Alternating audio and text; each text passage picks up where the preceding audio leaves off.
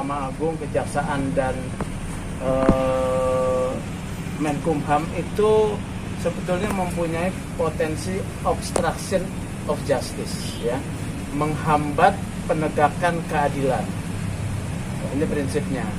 Karena tentang tata cara mengadili yang menghormati hak asasi manusia dan upaya penemuan keadilan yang hakiki itu sudah diatur limitatif di dalam undang-undang, bukan perjanjian kerjasama. Jadi peradilan tidak boleh menggunakan dasar perjanjian kerjasama. Ini adalah pelanggaran hukum. Yang kedua, ya. Kemudian lebih tepat lagi ada upaya juga dan juga nyata Ibu Hakim itu misleading, bahkan bisa dikatakan telah melanggar hukum kemarin dalam acara kemarin, ya.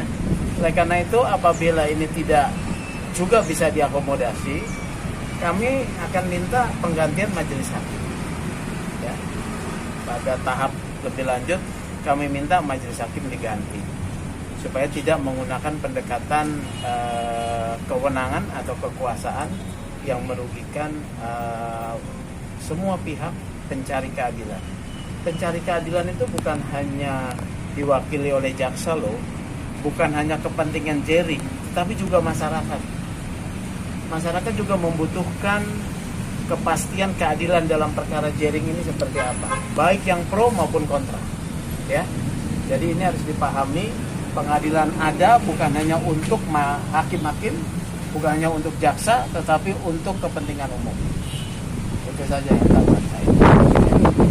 Di persidangan kemarin Pak, saya bilang tadi nggak tahu kalau sudah diungkapkan. Di persidangan kemarin menurut kuasa hukum dari jaring ini sah atau tidak? Bertentangan dengan hukum, ya.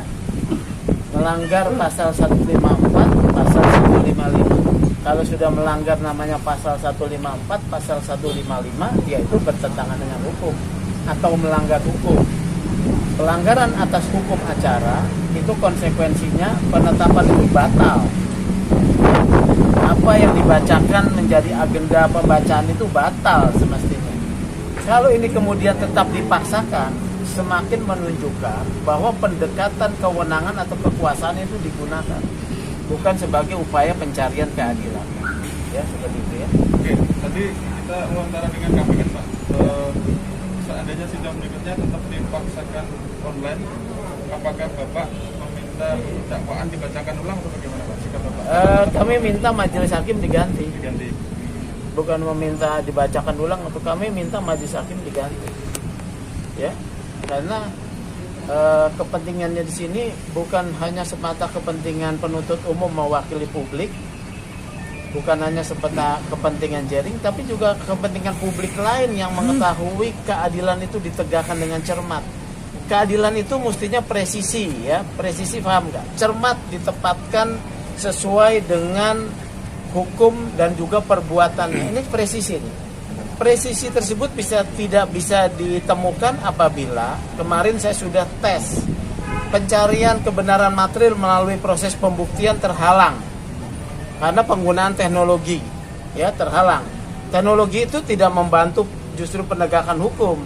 Teknologi itu justru menghalangi penegakan hukum. Oleh karenanya harus langsung, ya. Protokol COVID kesehatan menjadi tanggung jawab negara untuk memastikan kepada semua pihak yang ada di pengadilan itu mengikuti protokol COVID, termasuk tes, rapid test, ya, harus disediakan dari waktu ke waktu. Negara harus mengetes dengan gratis, gitu, ya. Jadi harus disiapkan, tidak kemudian dibebankan kepada sepihak, diberi kewenangan kepada pengadilan. Semuanya ini diatur oleh hukum di dalam negara ini dan kepentingan umum juga. Pak, dalih tidak offline kemarin itu Pengadilan Negeri Denpasar, Pak Windu kan sudah sempat mengungkapkan bahwa di Pengadilan Negeri Buleleng atau Singaraja ada tahanan yang ditahan kemudian bisa sidang offline. Kenapa di sini tidak? Nah, tadi sempat wawancara juga alasannya atau dalih yang digunakan bahwa di Denpasar belum pernah melakukan itu. Jadi selama yang ditahan itu online.